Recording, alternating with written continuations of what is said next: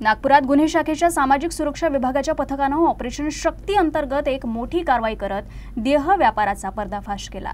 ही कारवाई पारडी पोलीस ठाणे हद्दीतील भवानीनगर भागात करण्यात आली। पोलिसांनी छापा टाकून एका महिला आरोपीला अटक केली आणि 3 पीडितांची सुटका केली।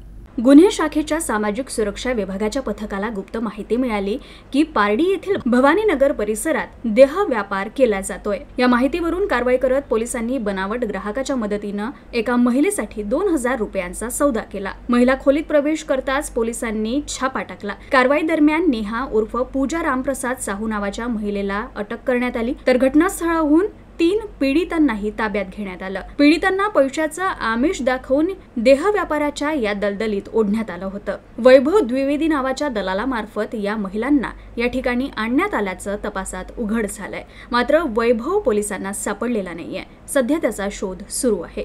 3 पीडितांसह अटक केलेल्या महिलेला पुढील तपासासाठी पारडी पोलिसांच्या ताब्यात देण्यात आलंय।